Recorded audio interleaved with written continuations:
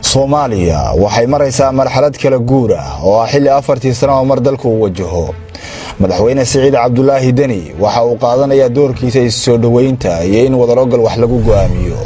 dadaalkii ugu horeeyay soo dhaweynta madaxda Soomaaliyeed waxa uu madaxweyne Deni bilaabay maalmihii caleemasaarkiisa xilligaasi oo uu keenay madaxda dawladda federaalka ah ee Soomaaliya iyo dawladaha xubnaha ka ah inkastoo uusan shirkaasi u miro dhalin sidii loogu talagalay. kala aragti duwanaanta madaxda Soomaaliyeed halkeedii ayay ka sii socotay waqtiguna ma sugin dadka Soomaaliyeed oo bil walba waxay u dhiibtay bil kale. madaxweyne Deni oo ka hadlayay gunaanadka shirweynihii Puntland wuxuu mar kale hindisay qorshe la isugu keenayo madaxda dawladda federaalka ah ee Soomaaliya iyo dawladaha xubnaha ka ah. anoo taladiina ka duulayo waxaan ku dhawaaqayaa gogol shir aan u qabano dawladda federaalka iyo dawladaha xubnaha ka ah dawladda federaalka inay isugu yimaadaan magaalada Garowe 26 Juun 2020 madaxweyne Deni waxa uu xarunta madaxtooyada Gaalkacyo ku qaabilay madaxweynaha Galmudug Axmed Cabdi Kaariye Qoorqoor oo uu kala hadlay inay wadajir uga shaqeeyaan marka hore isu keenida madaxweynayaasha dawladaha xubnaha ka ah dawladda federaalka ah ee Soomaaliya gogashuna ay u noqoto Dhuusamareeb. 9 Juulaay 2020 madaxweyne Siciid Cabdullaahi Deni iyo wafdi uu hogaaminayo ayaa gaaray magaalada Dhuusamareeb ee xarunta Galmudug halkaasi oo doorkiisa ka qaatay shirkii dawladaha xubnaha ka ah dawladda federaalka ah ee Soomaaliya waxaana halkaasi ka dhashay shirkii Dhuusamareeb 2 oo ay isugu yimaadeen madaxda dawladda federaalka ah ee Soomaaliya iyo dawladaha xubnaha ka ah. shirarka taleefanada iyo kulamada maqal iyo muuqaalka ah waxa ay noqdeen joogto iyadoo Puntland ay muujisay mas'uuliyadda ka saaran dawladnimada Soomaaliya oo ay waqti badan gelisay. 1 Sebtembar 2020 waxa ahayd maalin kale oo taariikhi ah.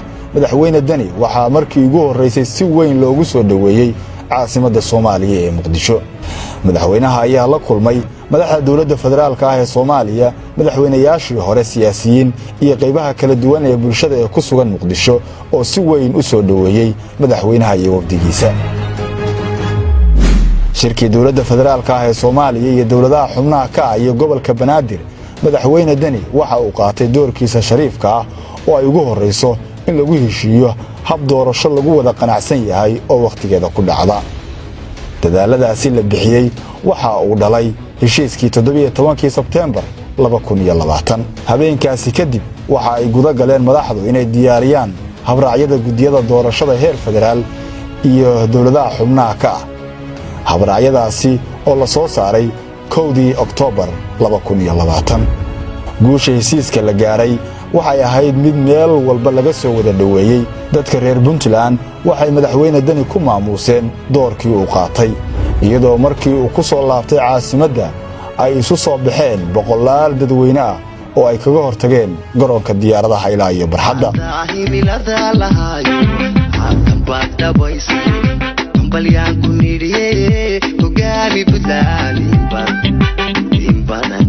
Somalina haybiyo goob la wada heshiiyay.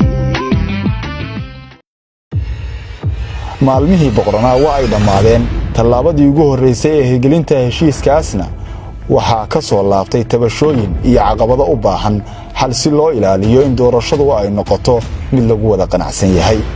11 Diseembar 2020 madaxweyne Deni waxa uu garoonka diyaaradaha ee Garowe ku soo dhaweeyay ra'iisul wasaaraha dawladda federaalka ah ee Soomaaliya mudane Maxamed Xuseen Roble. waxaana madaxweyne Deni uu kala hadlay ra'iisul wasaaraha sidii xal loogu heli lahaa qodobada tabashadu ka soo laabatay ee heshiiskii 17 Sebtembar 2020 balse kulamadaasi wax natiijo laga gaarin. hawlka madaale wali waa hogadii madaxweyne Deni mar kale ayuu u kabayladay sidii loo xalin lahaa tabashooyinka la xiriira doorashada. wuxuu tagay Gaalkacyo halkaasi oo 24 Diseembar uu kula kulmay madaxweynaha Galmudug Axmed Cabdi Kaariye Qoorqoor oo ay isku waafaqeen inay wadajir uga shaqeeyaan sidii madaxda Soomaaliyeed uga heshiin lahayd tabashooyinka la xiriira doorashada. intii u dhaxaysay 29 Diseembar 2020 ilaa 2 January 2021 Puntland waxay martigelisay madasha aragti wadaagga Heritage oo markii ugu horeysay lagu qabtay Soomaaliya gaar ahaan caasimadda Puntland ee Garowe.